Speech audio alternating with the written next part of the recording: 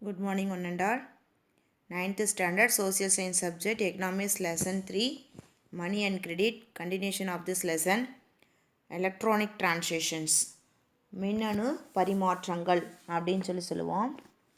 One has to visit the bank and fill in the challan or produce a check to withdraw money from his account. அதாவது வங்கி சேமிப்பில் இருக்கக்கூடிய பணத்தை எடுக்கிறதுக்காக வங்கிக்கு போயிட்டு அங்கே ஒரு படிவம் அல்லது காசோலையை நிரப்பி அதை காசோலை அல்லது படிவத்தை ஃபில் பண்ணி அதை கொடுத்துட்டு பணத்தை நாம் எடுப்போம்.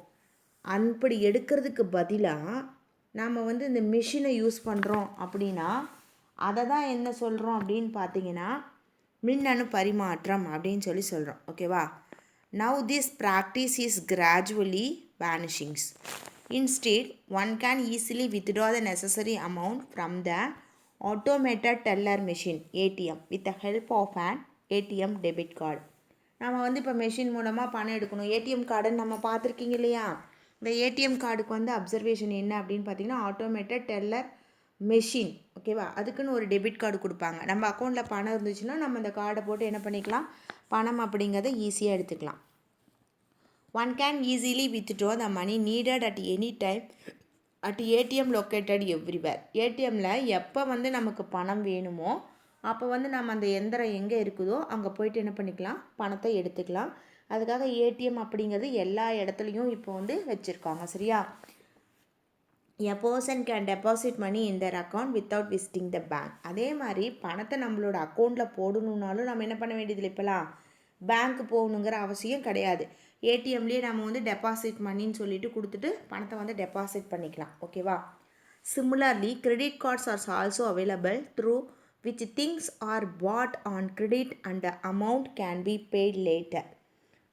அதாவது முன்னதாகவே பணம் பெற்றுக்கிட்டு அதுக்கப்புறம் நம்ம என்ன பண்ணலான்னா கடன் அட்டை அப்படிங்கிறத கொடுப்பாங்க. ஓகேவா? கடன் அட்டைங்கிறத கிரெடிட் கார்டு. நம்ம வேணுங்கிற செலவுக்கு நம்ம பணத்தை எடுத்துக்கலாம். அதுக்கப்புறம் அந்த பணத்தை நம்ம வட்டி போட்டு நம்ம பேங்க் ரீபே பண்ணிடணும் நம்ம அக்கௌண்ட்டில். Nowadays instead of using cheques or demand draft online transaction through net banking are carried out. அதாவது பணம் பரிமாற்றம் செய்கிறதுக்கு காசோலை அல்லது கேட்பு வரைவோலை அப்படின்னு சொல்லுவாங்க. அதெல்லாம் பயன்படுத்துறதுக்கு பதிலாக இப்போ என்ன பண்ணுறாங்க அப்படின்னு பார்த்தீங்கன்னா இணையவழி, அதாவது நெட் பேங்கிங் அப்படிங்கிறத யூஸ் பண்ணுறாங்களே. இப்போ நம்ம ஃபோன்லேருந்து என்ன பண்ணுறோம், நம்ம பேங்க் அக்கௌண்ட்டில் ஒருத்தர்கிட்டருந்து இன்னொருத்தருக்கு என்ன பண்ணுறோம், அக்கௌண்ட்டில் பணத்தை ட்ரான்ஸ்ஃபர் அப்படிங்கிறத கொடுத்துட்றோம் இல்லையா? அந்த மாதிரி கொடுத்துக்கலாம். ஓகேவா? Through this money is transacted to everyone who lives anywhere across the globe. நம்ம நினச்ச நேரத்தில் உலகத்தில் எந்த மூலையில் இருந்தாலும் சரி அங்கே இருக்கிறவங்களுக்கு என்ன பண்ணிடலாம், நம்ம பணத்தை உடனடியாக நம்ம பரிமாற்றம், அதாவது டிரான்சாக்ஷன் அப்படிங்கிறத செஞ்சிடலாம். ஓகேவா? Technology has advanced so much that even mobile banking is widely used nowadays. அலைபேசி மூலமாக மின்னணு பரிமாற்றம் செய்யக்கூடிய தொழில்நுட்பம் இன்றைக்கி பரவலாக, அதை செல்ஃபோன் மூலமாக செய்கிறது பரவலாக இருக்குது அப்படின்னு சொல்லுவோம். இங்கே பாருங்கள், நமக்கு ஸ்டேட் பேங்கோடைய அந்த கேஷ் கார்டு அப்படிங்கிறத நீங்கள் கொடுத்துருக்காங்க, ரூபே கார்டு அப்படின்னு சொல்லுவோம். எப்படி நெட் மூலமாகவும் அனுப்பலாம் அல்லது நம்மளுடைய ஃபோன் மூலமாகவும் நம்ம அனுப்பிக்கலாம். ஓகேவா?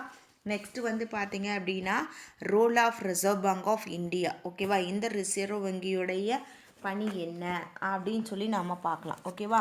A government has the responsibility to regulate money supply and oversee the monetary policy. அதாவது பணம் பரிமாற்றத்தை பராமரிக்கிற பொறுப்பும் கண்காணிக்கக்கூடிய கடமையும் ஒவ்வொரு அரசாங்கத்துக்கும் இருக்குது. ஓகேவா? Holding of money much avoid at all cost in the country's economy. அதாவது பார்த்தீங்க அப்படின்னா பணத்தை பதுக்கி வைக்கிறது அப்படிங்கிறது பொருளியல் பொறுத்தவரையிலும் தவிர்க்கப்படக்கூடிய ஒன்று. Only the money can be saved in banks. இதனால் வங்கியில் மட்டும்தான் பணத்தை சேமித்து வைக்கணும் அப்படின்னு சொல்லணும். A major portion of the saving in banks are used for the development of industries, economic growth and various department schemes for the welfare of the people. Okay, வங்கிகளில் சேமிக்கக்கூடிய பணம் பெரும்பங்கு பார்த்தீங்கன்னா தொழில் வளர்ச்சிக்கும் பொருளியல் வளர்ச்சிக்கும் ஏழைகளோட நலனுக்கும் பயன்படுத்தப்படுது அப்படின்னு சொல்லலாம். ஓகேவா? இதுதான் வந்து பார்த்திங்கன்னா ரிசர்வ் பேங்க் ஆஃப் இந்தியா. ஓகேவா? It is in new Delhi. Okay. All the most and important banks were nationalized 1969 in India. The Reserve Bank of India RBI regulates the circulation of currency in India. அதாவது வந்து இந்தியாவில் அனைத்து முக்கிய வங்கிகளும் நாட்டுடைமையாக்கப்பட்டுள்ளதை எப்போ நாட்டுடைமையாக்கப்பட்டாங்கன்னா 1969 எல்லாமே நாட்டுடைமையாக்கிட்டாங்க. ஓகேவா? இந்தியாவில் பணப்புழக்கத்தை வந்து ஒழுங்குபடுத்தக்கூடிய அந்த பணி வந்து யார் பார்க்குறாங்கன்னா இந்திய ரிசர்வ் வங்கி அப்படிங்கிறது பார்க்குறாங்க. The reserve bank of India started its operation on 1 April 1935. ஓகேவா? இந்திய ரிசர்வ் வங்கி வந்து எப்போ செயல்பட தொடங்குச்சுன்னா ஏப்ரல் 1, 1935 தொடங்குது. It was permanently move to Mumbai from the year 1937. இது வந்து பார்த்திங்கன்னா 1937 நிரந்தரமாக மும்பைக்கு வந்து மாற்றிட்டாங்க. RBI was nationalised in 1949. இந்த இந்திய ரிசர்வ் வங்கி அப்படிங்கிறது 1949 நாட்டுடைமையாக்கப்பட்டுச்சு. 85% of the printed currency is let for circulation. அச்சடிக்கப்பட்ட பணத்தில் 85% வந்து நாட்டில் வந்து புழக்கத்தில் விடப்பட்டிருக்கு. According to the statistical available as on August 2018, currency worth of 19 lakhs crores are in circulation.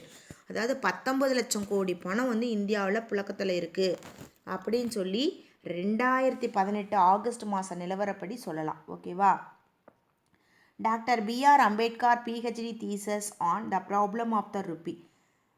PR Ambedkar அப்படிங்கிறவர் வந்து பணத்தின் சிக்கலும் அதன் தீர்வும் அப்படிங்கக்கூடிய ஒரு புத்தகத்தை வந்து எழுதியிருக்கார். ஓகேவா? The its origin and solutions was the reference tool and provide guidelines for the reserve bank of India act of 1934. பணத்தின் சிக்கலும் அதன் தீர்வும் அப்படிங்கிற பேரில் ஒரு ஆராய்ச்சி கட்டுரையின் அடிப்படையில் தான் இந்திய ரிசர்வ் வங்கியுடைய அடிப்படை சட்டம் 1934 வந்து உருவாக்கப்பட்டுச்சு அப்படின்னு சொல்லி நாம் சொல்லலாம். ஓகேவா? நெக்ஸ்ட் வந்து பார்த்திங்கன்னா relationship between money and prices. ஓகேவா? அதாவது பணம் விலை தொடர்பு அப்படின்னு சொல்லுவோம். There is a close relationship between volume of circulation money and the price of things. பணத்துக்கும் பொருளுடைய விலைக்கும் வந்து நெருக்கமான ஒரு தொடர்பு அப்படிங்கிறது இருக்குது. 90% of the products are manufactured with the main aim of sales are mean for services. தற்போது வந்து உலகத்தில் தயாரிக்கப்படும் பொருட்களில் 90% விற்பனை அல்லது சேவை தொழிலை வந்து இலக்காக கொண்டு தான் தயாரிக்கப்படுது. Growing crops and production are done on a commercial basis rather than on a subsistence level. Okay. வேளாண்மையிலும் சொந்த தேவைக்காக விளைவிக்கிறத விட பணப்பயிர்கள் வந்து அதிகமாக உற்பத்தி செய்யப்படுவது தான் வந்து நடக்குது. ஓகேவா? This phenomenon also increase the importance of the market and money. இது வந்து சந்தை மற்றும் பணத்துடைய முக்கியத்துவத்தை வந்து உணர்த்துறதான் உள்ளது அப்படின்னு சொல்லலாம். The relationship between money and price is connected with the monetary policy. பணத்துக்கும் விலைக்கு இருக்கக்கூடிய தொடர்பு தான் வந்து பணவியல் கொள்கையோடு தொடர்புடையது அப்படின்னு சொல்லி நாம் சொல்லலாம். ஓகேவா? There is a close relationship between the growth of money supply of and inflations. பண விநியோக வளர்ச்சிக்கும் நீண்ட கால விலை வீழ்ச்சிக்கும் இடையில் இருக்கக்கூடிய நெருங்கிய உறவை வந்து நாம் பார்க்க முடியும். Price control plays a very important role in a country's economic stability. ஒரு நாட்டுடைய பொருளாதார நிலைத்தன்மையில் விலை கட்டுப்பாடு அப்படிங்கிறதுக்கு முக்கியமான பங்கு உண்டு. This role is played by the central bank of our country RBI in India. இந்திய ரிசர்வ் வங்கி தான் இந்த விலை கட்டுப்பாடு அப்படிங்கிறதையும் கண்காணிச்சிட்டு வருது. Currency is the medium of exchange in a country. நாடுகளுக்கு இடையான பணம் அப்படிங்கிறது செலாவணி அப்படின்னு சொல்கிறோம். The Indian currency is called the Indian rupee. Okay, INR அப்படின்னு சொல்லுவோம். இந்தியாவில் நம்மளுடைய அந்த செலாவணி அப்படிங்கிறது என்னென்னு அழைக்கிறாங்கன்னா ரூபாய் அப்படின்னு சொல்கிறாங்க. In a country the foreign currency is called foreign exchange. உள்நாட்டில் அந்நிய நாட்டு செலாவணி, அந்நிய நாட்டு பணத்தை வெளிநாட்டு செலாவணி அப்படின்னு அழைக்கப்படுது. Purchasing capacity of all currencies in the world are compared using the US dollar as the standard currency. உலக நாடுகளுக்கு இடையேயான செலாவணி, அதாவது பணம் அப்படிங்கிறது அமெரிக்க டாலர் அடிப்படையில் தான் வந்து மதிப்பிடப்படுது. This value differ from country to country. இந்த மதிப்பு வந்து பார்த்திங்கன்னா நாட்டுக்கு நாடு வந்து வேறுபடும். Most of the international trade transactions are carried out in US dollar. உலக வணிகத்துடைய பெரும் பகுதி அமெரிக்க டாலர் மதிப்பில் தான் நடக்குது அப்படின்னு சொல்லி சொல்கிறாங்க. ஓகேவா? Next functions of money. Okay, பணத்துடைய செயல்பாடு அப்படின்னு சொல்லி சொல்கிறாங்க. When money replaced the border system, a lot of practical issues were solved. பண்டமாற்று முறையில் உருவாகக்கூடிய சிக்கலுக்கு மாறாக தான் பணத்துடைய வரவு அப்படிங்கிறது பெரிதும் வந்து உதவி செஞ்சுது. Money act a medium of exchange, a unit of a measure, a store of value and standard of deferred payments. It plays an important role in the transactions. Okay, அதாவது பணம் அப்படிங்கிறது ஒரு பரிமாற்ற ஊடகமாகவும் ஒரு கணக்குடைய அழகாகவும் மதிப்புடைய சேமிப்பாகவும் மாறுபடக்கூடிய பணம் வழங்கீடு தரம் படுத்தப்பட்டதாக செயல்பட வேண்டும் அப்படின்னு சொல்லி எதிர்பார்க்கப்படுது. ஓகேவா? இப்போ நாடுகளுடைய நேமோ அங்கே வந்து ஒவ்வொரு நாட்டுடைய பணத்துக்கும் என்ன பேரில் அழைக்கிறாங்க அப்படிங்கிறதும் கொடுத்துருக்காங்க. Country, currency. கரன்சி அப்படின்னா செலாவணியோடைய பேர், அதாவது பணத்தோடைய பேர். ஓகேவா? இங்கிலாண்டில் வந்து இந்தியா ருப்பி அப்படின்னு சொல்கிறோம், இங்கிலாந்து பவுண்டு. யூரோப்பியன் யூனியனில் யூரோ, கெனடா டாலர், ஜப்பானில் என், சீனா யுவான், சைனா. அடுத்து Saudi Arabia riyal, Australia dollar, Malaya ringgit, Pakistan rupee, Ilangai rupee. Okay, next ஒரு ஆக்டிவிட்டி கொடுத்துருக்காங்க, ஃபாரின் எக்ஸ்சேஞ்ச். ஓகேவா? அதாவது அந்நிய நாட்டு செலாவணி அப்படின்னு சொல்லுவோம். என்ன பண்ணியிருக்காங்கன்னா, ஒரு டீச்சர்ஸ் அப்படின்னு இருந்தாங்கன்னா, இப்போ நம்மளுடைய ரூபா நோட்டு, அதே மாதிரி மற்ற நாடுகளுடைய ரூபா நோட்டு ஒரிஜினலாகவோ அல்லது அதனுடைய ஜெராக்ஸோ இருந்துச்சுன்னா உங்கள்கிட்ட கொண்டாந்து காமிக்க சொல்லியிருக்காங்க ஸ்டூடெண்ட்ஸ் கிட்ட. சரியா? அதை ஒவ்வொரு நாட்டுடைய பணத்தும் ஒரு குழுவாக கொடுத்துட்டு நம்மளோட இந்தியன் ருப்பியில் எவ்வளோ வேல்யூ அப்படின்னு சொல்லி பார்க்க சொல்லியிருக்காங்க. நீங்கள் வந்து நெட்டில் போய் ஒவ்வொரு கண்ட்ரியோடைய ருப்பீஸ் கொடுத்தீங்கன்னா அது வந்து டிஸ்பிளே ஆகும். ஓகேவா? பார்த்துக்கோங்க. நெக்ஸ்ட் வந்து மீடியம் ஆஃப் எக்ஸ்சேஞ்ச், பரிமாற்ற ஊடகம் அப்படின்னு சொல்லி சொல்லுவோம்.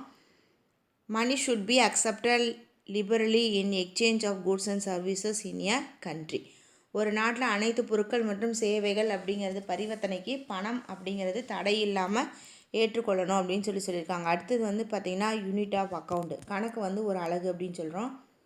மணி should be common standard unit of calculating a country's total consumer goods, products, service, etc.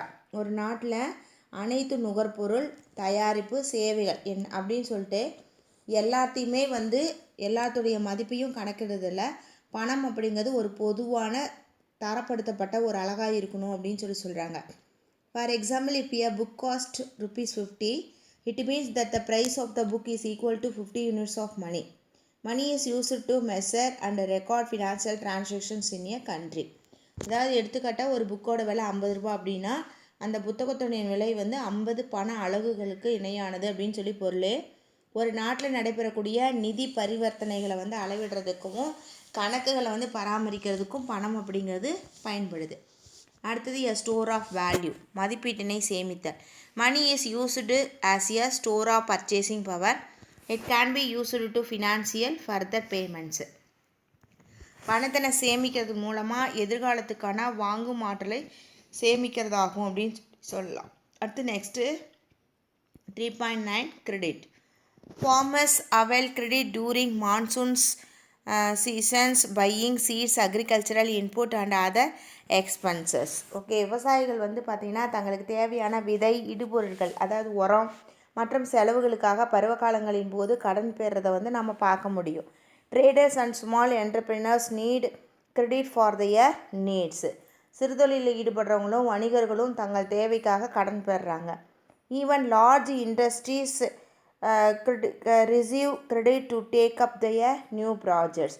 பெரிய தொழில் நிறுவனங்கள் கூட தங்கள் புதிய திட்டங்களுக்காக கடன் அப்படிங்கிறத பெறுறாங்க. Credit is available from. ஓகேவா? கடன் கிடைக்க பெறக்கூடிய நிறுவனங்கள்லாம் எது அப்படின்னு பார்த்தீங்கன்னா Formal financial institution like nationalized and private banks and cooperative banks. முறைப்படி நிதி நிறுவனங்களான நாட்டுடைமையாக்கப்பட்ட வங்கிகள், தனியார் வங்கிகள் மற்றும் கூட்டுறவு வங்கிகள்லேருந்து கடன் வாங்கலாம். இன்ஃபார்மல் ஃபினான்சியல் இன்ஸ்டிடியூஷன் முறைசாரா நிதி நிறுவனங்கள்கிட்டருந்து வாங்கலாம். Micro credit is received through SHG self help group சுய உதவிக்குழுக்கள் மூலமாக பெறப்படக்கூடிய நுண்கடன்கள் அப்படின்னு சொல்லி 3 வகையில் கடன் பெறலாம். As far as nationalized bank and cooperative banks are concerned, the interest to credit is comparatively lesser and there is guarantee for the pledged goods. நாட்டுடைமையாக்கப்பட்ட வங்கிகள் கூட்டுறவு வங்கிகளை பொறுத்தவரையிலும் கடனுக்கான வட்டி வந்து குறைவாக இருக்கும். அதே நேரத்தில் நம்ம அதாவது அடமானம் வைக்கக்கூடிய பொருளுக்கு பாதுகாப்பும் அதிகம். ஓகேவா? Informal financial institutions. Informal financial institution R easily approachable to the customers with flexible procedures. முறைசாரா நிதி நிறுவனங்கள்னு சொல்லுவோம். இந்த முறைசாரா தனியார் நிறுவனங்கள் வாடிக்கையாளர்களை அணுகிறதுக்கு எளிதாக இருக்கிறதும் ஏதுவாக இருக்கிறதும் இதுக்கு சாதகமான ஒரு நிலை அப்படின்னு சொல்லுவோம். But there are issues like the safety of item pledge, high rate of interest and mode of recovery. அதே சமயத்தில் அதிகமான வட்டி இருக்கும், ஈடு வைக்கக்கூடிய பொருட்களுடைய பாதுகாப்பு, அதுக்கப்புறம் வசூலிக்கக்கூடிய முறைகள், இதிலெல்லாம் நிறைய சிக்கல்கள் அப்படிங்கிறது இருக்கும்.